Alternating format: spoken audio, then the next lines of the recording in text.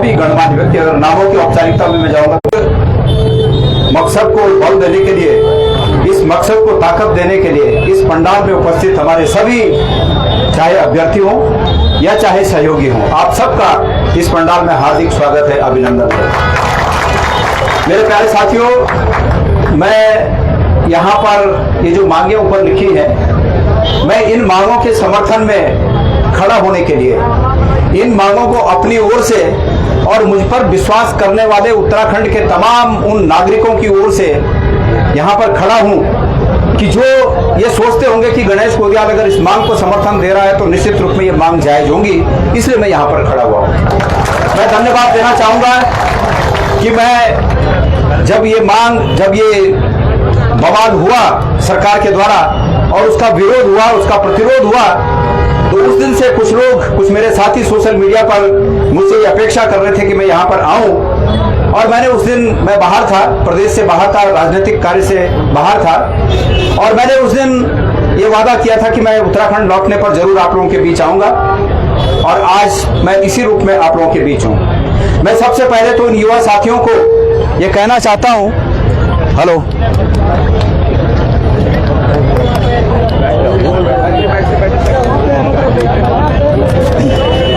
ये तो वो है, बैटरी वाला नहीं है शायद, कॉट है। भाई लोगों,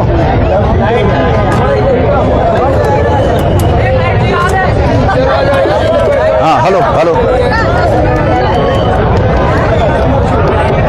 हेलो हेलो, हाँ, तो hello hello hello hello hello hello, तो मैं उसी दिन मैंने कहा था कि मैं जरूर आप लोगों के बीच आऊंगा, और आज मैं आप लोगों के बीच हूं। मेरा यहाँ पर होने का मकसद सिर्फ और सिर्फ, मैंने पहले कह दिया कि ये जो मांगे ऊपर लिखी है, इन मांगों को अपनी आवाज देना है, और उम्मीद करता हूं कि सत्ता में बैठे हुए लोग, देहरादून से दिल्ली तक जो लोग सत्ता में बैठे हैं, वो इन मांगों को सुने। मेरे प्यारे भाइयों, बड़े अफसोस की बात है, मनन करने वाली बात है कि जब से ये सरकार बनी है, मैं एक राजनीतिक पार्टी का कार्यकर्ता हूं, इसको इस रूप में न लिया जाए कि मैं किसी राजनीतिक पार्टी का कार्यकर्ता होने की वजह से सत्ता में बैठे हुए राजनीतिक दल को कटघरे में खड़ा कर रहा हूं, ऐसा नहीं है। मैं इसलिए इस बात को कह रहा हूं कि मैं उत्तराखंड का नागरिक हूं, और मुझे ये लगता है कि गलत का विरोध होना चाहिए। आप मेरे सोशल मीडिया को हमेशा देखते होंगे, अगर हमारे में भी कुछ गलती है तो उस गलती का भी विरोध होना चाहिए। ऐसा नहीं कि हम अगर कर दें गलती तो वो माफ हो, और दूसरा अगर गलती करे तो वो गलती है, ऐसा नहीं है। सबके लिए नियम एक होने चाहिए। तो मैं कहना यह चाहता हूं कि भाई, मुझे बड़ा दुख हुआ इस बात का कि जब इस पेपर लीक होने पर हमारे प्रदेश के आदरणीय मुख्यमंत्री पुष्कर सिंह धामी जी का ये वक्तव्य मैंने देखा, और उसमें वक्तव्य में उनके द्वारा और उनके मंत्रिमंडल के सहयोगियों के द्वारा इस बात पर जोर दिया जा रहा है कि नकल जिहाद हो गया उत्तराखंड में। और मैंने तत्काल सोशल मीडिया पर इसको रिएक्ट किया कि भाई ये इसको भी धार्मिक जामा पहनाना चाहते हैं।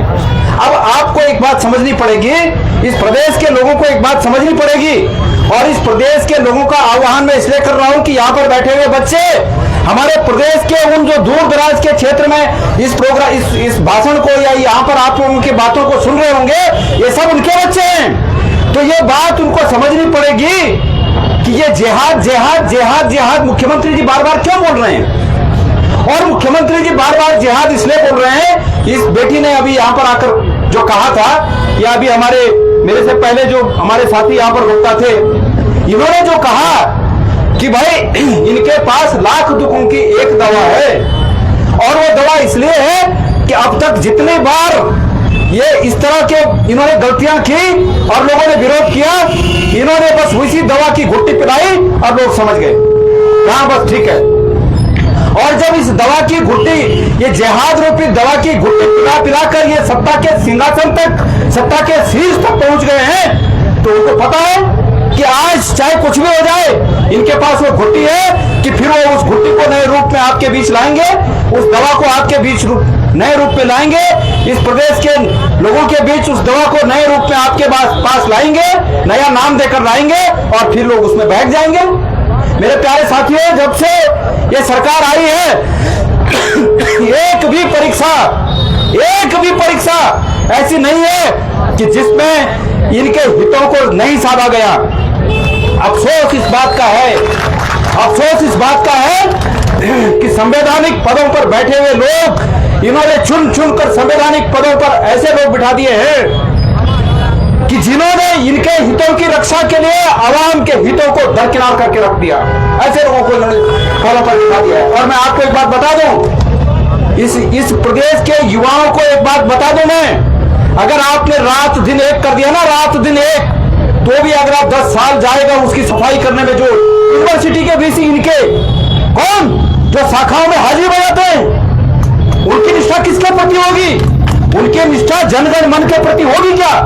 उनकी निष्ठा सिर्फ और सिर्फ अपने लोगों के प्रति है। यूनिवर्सिटी के वीसी वो हैं, तमाम संवैधानिक पदों पर बैठे हुए लोग वो हैं। और अब तो और भी पेपर लीक हो रहा है और अधिकारी सफाई देने आ रहे हैं। जो अधिकारी सफाई देने आ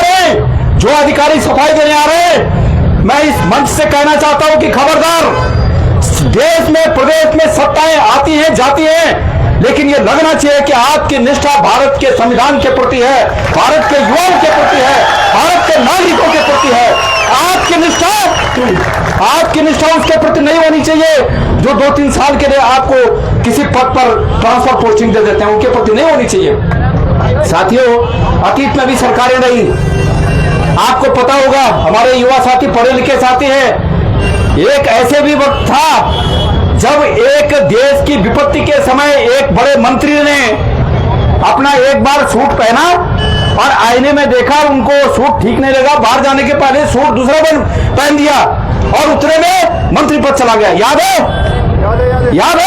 इस देश में ऐसा भी वक्त था, इस देश में ऐसे भी वक्त था जब किसी मुख्यमंत्री पर आरोप लगा तो मुख्यमंत्री को 24 घंटे के अंदर रिजाइन देना पड़ा, बाद में वो बरी हुए।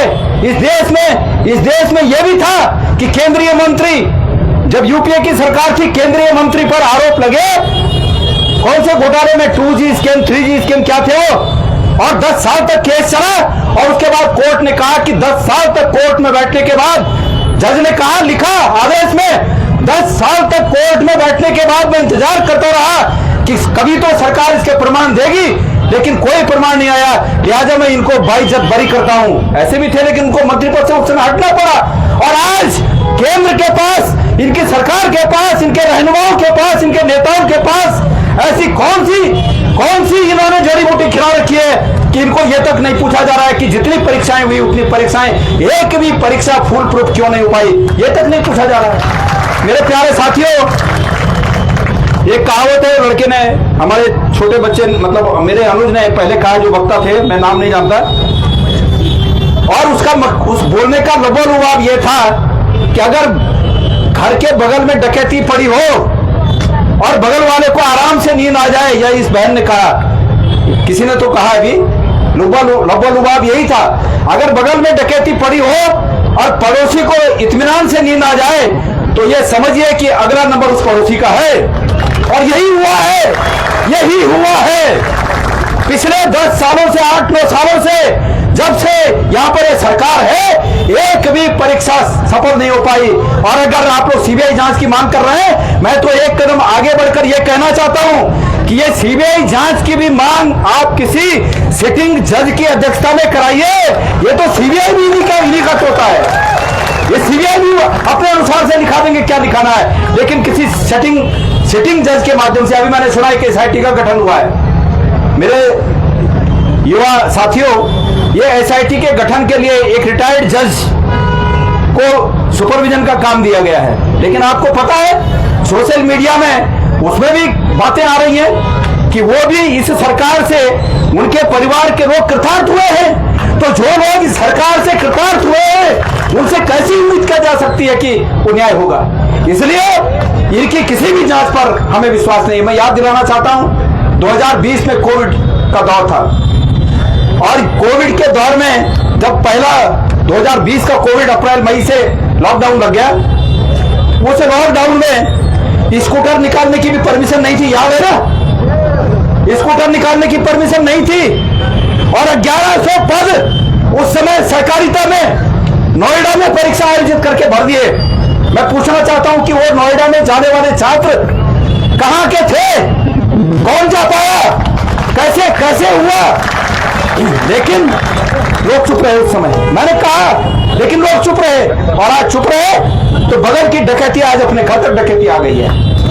भारतीय जनता पार्टी के सत्ता में जो लोग बैठे हैं उनके विधायकों ने लिखा कि 20-20 लाख में नौकरियां बिक रही है, लेकिन कुछ नहीं हुआ। क्यों? कि चुनाव जीत रहे हैं, चुनाव जीत रहे हैं, चुनाव जीत रहे हैं। तो मेरे भाइयों, ये बहुत बड़ी लड़ाई है और इनकी लड़ाई में, इस लड़ाई में ये हमेशा जिस वेपन्स को यूज करते हैं, जिस हथियार को यूज करते हैं, वो हथियार है बांटने का हथियार।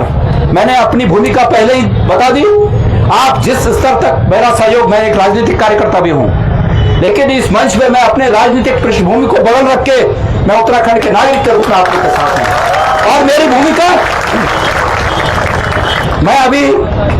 मैंने जब कहा कि मैं 4 दिन के लिए किसी राजनीतिक कार्य से बाहर जा रहा था, हमारी पार्टी की सर्वोच्च संस्था CWC की बैठक थी और हम 4-5 लोग जो वहां गए, हम लोगों ने हमारे सर्वोच्च नेता के सामने यहाँ की स्थिति को उजागर किया और हमने कहा, सबने वहां, हम लोग 4-5 लोग यहाँ से गए थे, हम सब ने कहा कि उत्तराखंड में हालात बहुत खराब हैं, हमारे युवाओं के साथ बड़ा भेदभाव हो रहा है, सरकारें नौकरियों बेचने का कारोबार सरकार चला रही है और हमारे युवा ठगे के ठगे हैं। और उसका परिणाम है कि सोशल मीडिया के माध्यम से राहुल जी ने अपनी चिंता जाहिर की।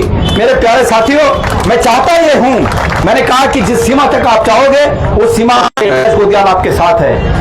मैं निवेदन करना चाहता हूं कि सरकार बहुत से तरीके निकालकर आप लोगों के बीच एक दूसरे को तोड़ने का काम करेगी, लेकिन टूटिए मत। संगे शक्ति कलयुगे। इस युग में अगर कोई सबसे बड़ी शक्ति है तो वो एकता है। और हमारी भूमिका मैंने बता दी कि जिस सीमा तक आप लोग चाहोगे उस सीमा तक मैं आप लोग के साथ हूं। हर तरह के सहयोग से आपके अध्यक्ष राम कड़वा जी हैं, मैं राम कड़वा जी से संपर्क में रहूंगा, अभी भी मैंने उनसे बात की है। जो जिस तरह से आप लोग मुझे चाहोगे हम लोग आपके साथ हैं। बहरहाल अपने अपने तरीके से ये आंदोलन मैं उत्तराखंड के तमाम युवाओं को इस मंच से आह्वान करना चाहता हूं। अगर चाहते हो कि आपका भविष्य सुरक्षित हो, अगर चाहते हो कि इस प्रकार का भ्रष्टाचार भविष्य में उत्तराखंड में परंपरा न बने, अगर चाहते हो तो जो जहां है, जो कर्णप्रयाग में है, जो श्रीनगर में है, जो पौड़ी में है, जो उत्तरकाशी में है, जो पिथौरागढ़ में है, जो हरिद्वार में है, जो उधम सिंह नगर में है, जो जहां है, चमोली में है, जहां भी है, टेहरी में है, जो जहां है वहां से इस प्रकार के सरकार के कृत्यों का जमकर विरोध करे, जमकर विरोध करे। अगर ये चाहते हो कि ये बात परंपरा न बन जाए, मैं आह्वान करना चाहता हूं। तो समय की बाध्यता है,